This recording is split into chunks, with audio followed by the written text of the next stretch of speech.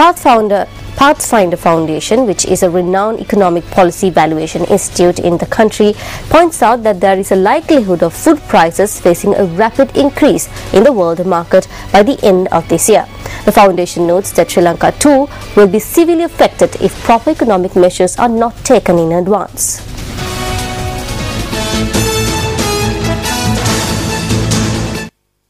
The Pathfinder Foundation points out that since the United States is facing the worst drought they have faced in over 5 decades, and Russia, China and India are also faced with severe weather conditions, the production of various types of grains could rapidly increase.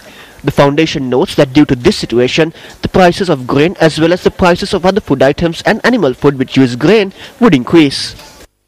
It is very important that focus is made on domestic agricultural development in order to insulate the prices of local products as much as possible from global markets. However, it will be prudent for policymakers if they continue to monitor development closely and take proactive measures in order to avoid any possibility of a food crisis or a food price crisis in the near future. Havelock Sports Club were awarded the trophy for the Inter-Club A Division League Rugby Tournament today.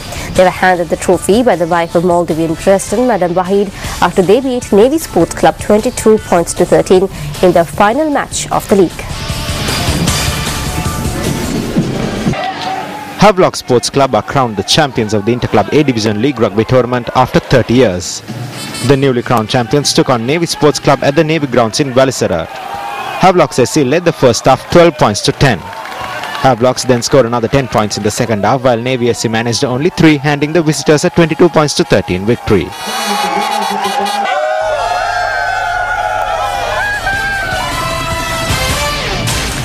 The 8th Asian Netball Championship commenced at the Sukata Indoor Stadium today. Sri Lanka registered a comprehensive victory in their first match today by defeating Hong Kong 81 points to 38.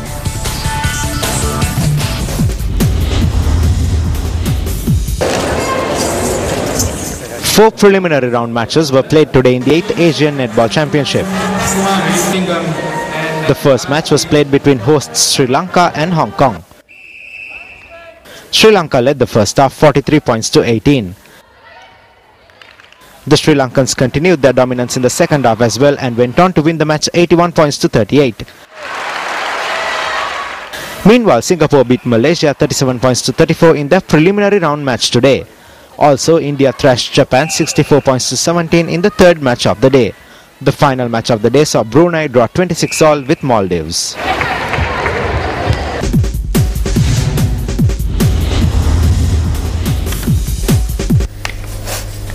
The Malabar Wheel Boys team won the championship of the Spin Wheel team event at the Spin Wheel Championship organized by our sister station YFM in Colombo today.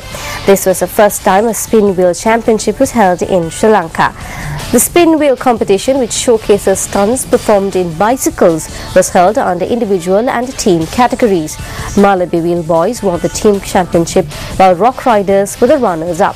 Isuru Gunasekar of Malabar won the individual championship while Prashant Malinda emerged runners-up. YFM also expects to conduct the Spin Wheel Championship around the island.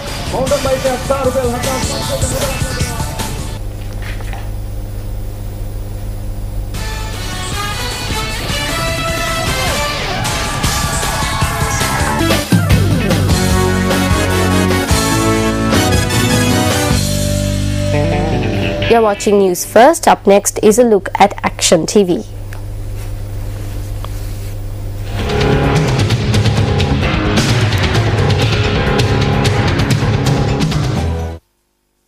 The farming land in the Kaludival area was gifted to an elder's home in the Panudra area, which was built to mark the reign of King George V by a wealthy benefactor 52 years ago. However, the peasants have been prohibited to enter the land since the 9th of this month due to the land being acquired by the government under the Land Acquisition Act. The Gazette notification in this regard was issued by the Minister of Land and Land Development on the 25th of May. It is the 38A clause of the Land Acquisition Act which deals with the acquisition of land taking into consideration an emergency need of the public which has been used by the Minister of Land in order to take over this land. The application forwarded by the Panudura Divisional Secretary pointing out the need to acquire this land states that steps will be taken to distribute this plot of land in order to broaden the village. If this was the real cause, it is questionable as to how it could be considered as an emergency need of the public, since neither Panudura nor its suburbs have faced an emergency disaster situation which has displaced the residents. Even if such a situation has arisen, the question as to whether this is the only plot of land which could be acquired cannot be ignored. After acquiring this plot of land to the government under the reason of broadening the village, this plot of land could be used for other purposes as well without being distributed among the villagers. As an example, filling up this land which has a paddy field continuously being used for cultivation and constructing a ground could also be passed as something done to broaden the village. A previous attempt to forcibly fill up this plot of land and construct a ground was prevented when the Department of Agrarian Services took the issue to courts. The so-called broadening of the village is useless. There are around 2,000 families in Panudura and suburbs which are suffering from floods which are caused as a result of the broadening of villages that took place in the recent past. The right to acquire land for public purposes is vested with the government. The Ministry of Land and Land Development, which handles these tasks, should also inquire as to whether these activities are carried out in a justifiable manner. The Divisional Secretary has named this land as a marshy land, but this is a paddy field which comes under the Agrarian Services Act, and there is a peasant.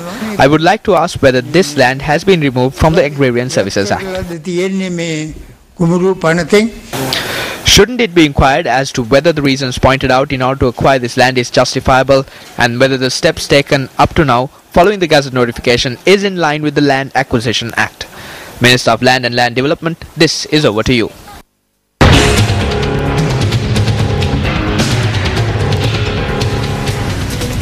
The 17th Air Guitar World Championships with the international contestants came to a close last evening in Finland.